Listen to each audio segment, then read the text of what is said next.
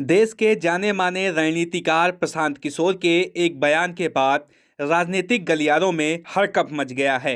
साथ ही साथ गोदी मीडिया चैनलों को प्रोपेगेंडा फैलाने का नया जरिया भी मिल गया है। पश्चिम बंगाल में तृणमूल कांग्रेस के लिए अपनी सफल चुनावी रणनीतियों से भारतीय जनता पार्टी का सपना तोड़ने वाले पेशेवर चुनावी रणनीतिकार प्रशांत किशोर ने एक ऐसा बयान दिया जिससे कांग्रेस की चिंता तो बढ़ी ही, साथ ही साथ गोदी मीडिया को प्रोपेगेंडा सेट करने का एक नया जरिया मिल गया।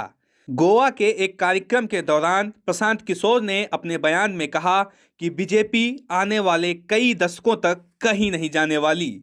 इसके बाद खबरिया चैनलों में यह खबर चलाई जाने लगी कि प्रशांत किशोर इस बात को कह रहे हैं कि अगले कई दशकों तक भाजपा सत्ता में काबिज रहेगी। लेकिन सच क्या है वह आप जान लीजिए। प्रशांत किशोर ने कहा है कि भाजपा का अस्तित्व अगले कई दशकों तक जरूर रहेगा, लेकिन वह सत्ता में रहेगी कि नहीं रहेगी इस पर प्रशांत किशोर का कोई स्पष्टीकरण नहीं आया। प्रशांत किशोर के बयान को कैसे गोदी मीडिया तोड़ मरोड़ कर प्रस्तुत कर रही है, उसका एक नजरिया रणविजय सिंह ने प्रस्तुत किया है। कई न्यूज चैनल चला रहे हैं कि प्रशांत किशोर ने कहा बीजेपी कई दशक तक सत्ता में रहेगी, जबकि प्रशांत ने सत्ता की बात नहीं की। प्रशांत ने राजनीति में बीजेपी की मजबूती की बात कही है।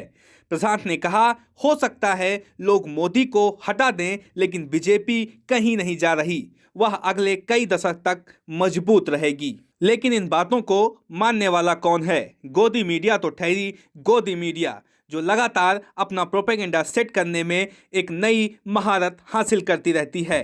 कहा यह भी जा रहा था कि बिहार से कन्हैया कुमार और गुजरात से जिग्नेश मेवानी का कांग्रेस से जुड़ना न केवल संयोग था, बल्कि प्रशांत किशोर की सोची समझी रणनीति थी। और इसी रणनीति के तहत प्रशांत किशोर कांग्रेस को एक नई ताकत देने वाले थे। प्रशांत किशोर के इस बयान को कई सारे लोग राहुल गांधी और प्रशांत किशोर के संबंधों से जोड़कर देख रहे हैं। पिछले कई महीनों से प्रशांत किशोर और राहुल गांधी के बीच जो नज़दीकियां सामने आई हैं, उसको देखते हुए यह कहा जा सकता है कि यह बयान कांग्रेस और प्रशांत किशोर के संबंधों को मजबूती नहीं देगा। इसके साथ ही खबर यह भी थी कि प्रशांत किशोर कांग्रेस ज्वाइन कर सकते हैं। इससे पहले चुनावी रणनीतिकार प्रशांत किशोर ने कहा था कि समस्याएं कांग्रेस के भीतर गहराई में हैं और लखीमपुर खीरी कांड से पार्टी पुनः जीवित नहीं हो पाएगी। प्रशांत किशोर जाने माने चुनावी रणनीतिकार हैं। 2014 के लोकसभा चुनाव में बीजेपी की शानदार जीत का श्रेय उनकी रणनीतियों को भी दिया जाता है। ये बात अलग है कि उनकी बीजेपी से अनबन हो गई है। उनके अगले साल ही 2015 में उन्होंने बिहार में जेडीयू आरजेडी कांग्रेस महागठबंधन के लिए काम किया था और चुनाव में इस महागठबंधन ने शानदार जीत भी हासिल की थी।